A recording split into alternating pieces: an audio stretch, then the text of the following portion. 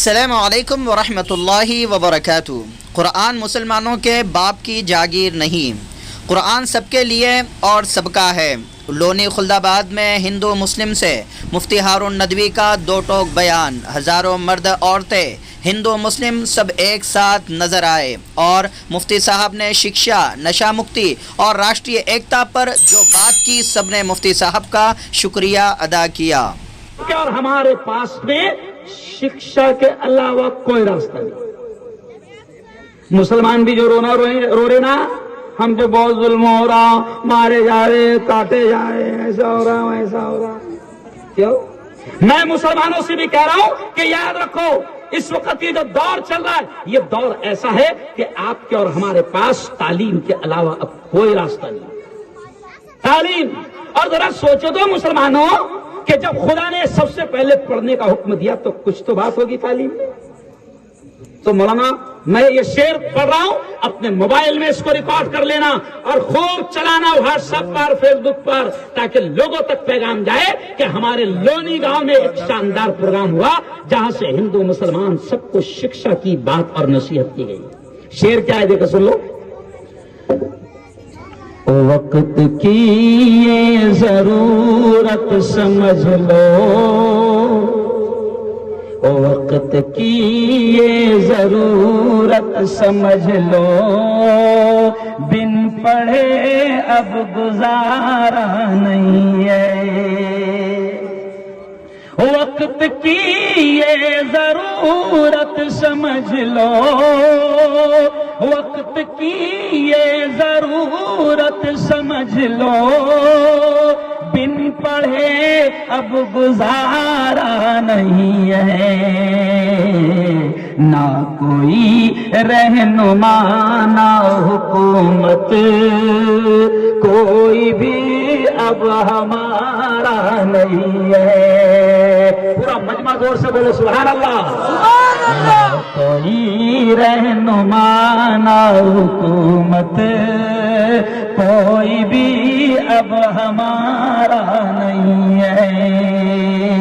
وقت کی یہ ضرورت سمجھ لو، بن پڑھے اب گزارا نہیں ہے۔ اور اگلا شعر مولانا نور صاحب، عیسیٰ صاحب۔ ابتدا یعنی شروعات، ابتدا لفظ اقرا سے یارو، جس کے قرآن کی ہو رہی ہے۔ یعنی قرآن کی شروعاتی اقرا شبد سے ہو رہی ہے۔ اقرا کے معنی ہے شکا، تو شاعر کتنے پیارے انداز میں کہہ رہا ہے، ابتدا لفظ اقرا سے یارو، جس کے قرآن کی ہو رہی ہے۔ ابتدا لفظ اقرا سے یارو، جس کے قرآن کی ہو رہی ہے۔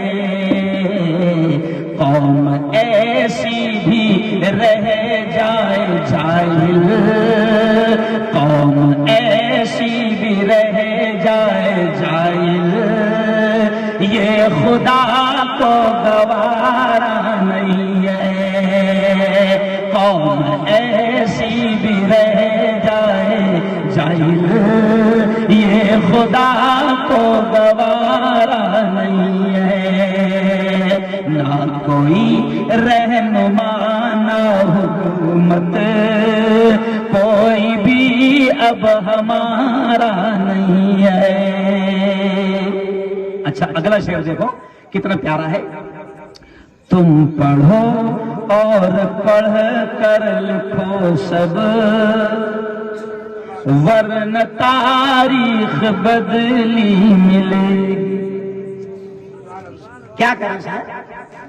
تم پڑھو اور پڑھ کر لکھو سب، ورنہ تاریخ بدلی ملے گی۔ اب قلم اور کاغذ سے بڑھ کر، اب قلم اور کاغذ سے بڑھ کر دوسرا کوئی چارہ نہیں ہے۔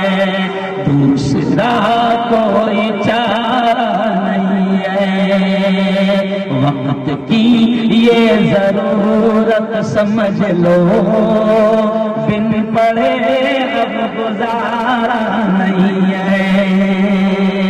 مولانا آخری اور بڑا پیارا شعر. پڑھنے لکھنے سے سب کچھ بنے گا. راز صاحب تمہاری جیسی آواز تو نہیں ہے کیونکہ روزانہ بیان کر کر کے آواز خراب ہو گئی ہے, جیسا بھی ہے برداشت کر لو. پڑھنے لکھنے سے سب کچھ بنے گا, دور حاضر بھی اور آخرت بھی. بولو زور سے سبحان اللہ.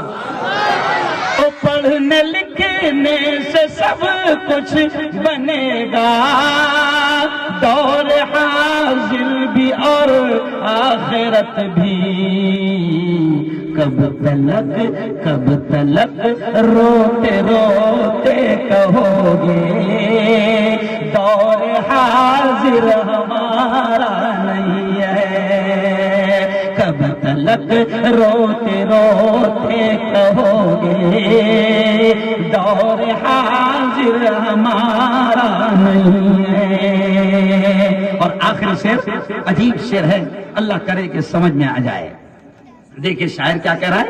ہر طرف ظلم کی سازشیں ہیں, ان سے بچنے کی گر خواہشیں ہیں. ظلم چاروں طرف ہو رہا ہے, دلت پر بھی ظلم ہو رہا ہے, بودھ پر بھی ظلم ہو رہا ہے, کرسچن پر بھی ظلم ہو رہا ہے. اور یاد رکھو کوئی بھی دھرم کا ہو ابھی اس وقت سب پر ظلم ہو رہا ہے کیونکہ مہنگائی بڑھ گئی. ارے بولو نا, بے روزگاری ارے بولو بھائی بڑھ گئی, اور وقت کی حکومت اپنوں کو سب کو باولا بنا رہی اور دھرم میں الجھا کر ارے بولو رکھ رہی. یہی تو ظلم ہے. تب شاعر کیا کہہ رہا ہے آخری سے. ہر طرف ظلم کی سازشیں ہیں. اللہ کے زور سے بولو یہ بادلوں کو کون لاتا ہے؟ اللہ زور سے بولو یہ بادلوں کو کون برساتا ہے؟ اللہ. ابھی تھوڑے چھینٹے آ رہے تھے جب پروگرام آپ کا شروع ہو رہا تھا. ہم لوگ عشاء کی نماز سے جیسے نکلے ماسٹر صاحب مولانا قاری صاحب تو تھوڑے چھینٹے آ رہے تھے. تو میں نے کہا رب کریم بادل تیرے ہاتھ میں, بارش کا برسانے والا تو, بارش کو روکنے والا تو.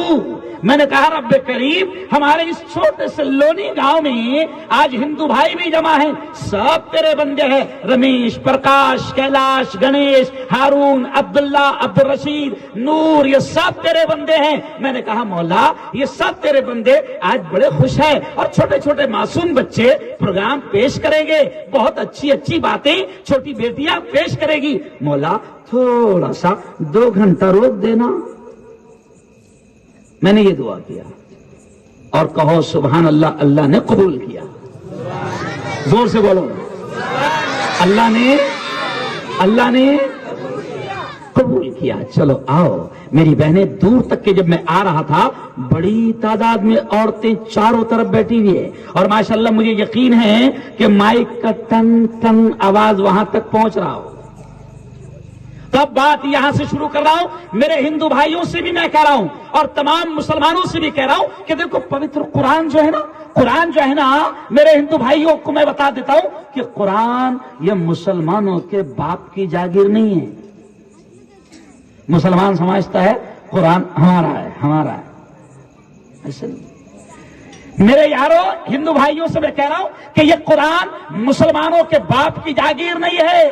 قرآن اس رب کی کتاب ہے, اس پروردگار کی کتاب ہے, اس پرمیشور کی کتاب ہے, اس پربھو کی کتاب ہے, اس مالک کی کتاب ہے جس نے آپ کو, ہم سب کو اور پورے کائنات کے سسٹم کو پیدا کیا ہے. اور قرآن کو اتارنے والا وہی ہے. اور وہ رب خود کہتا ہے قرآن کے بارے میں کیا پنکتی آتی ہے میرے بھائیوں, وہ رب خود کہتا ہے جس کا قرآن ہے وہ کہتا ہے ھدی للناس, یہ قرآن تمام انسانوں کو راستہ دکھائے گا, تمام انسانوں کو راستہ دکھائے گا. مولانا نور صاحب, مولانا عیسیٰ صاحب, ابھی میں سانگلی 17 میں تھا, ہندو بھائیوں نے میرا پروگرام رکھا تھا, سادھوی جی بھی وہاں موجود تھی.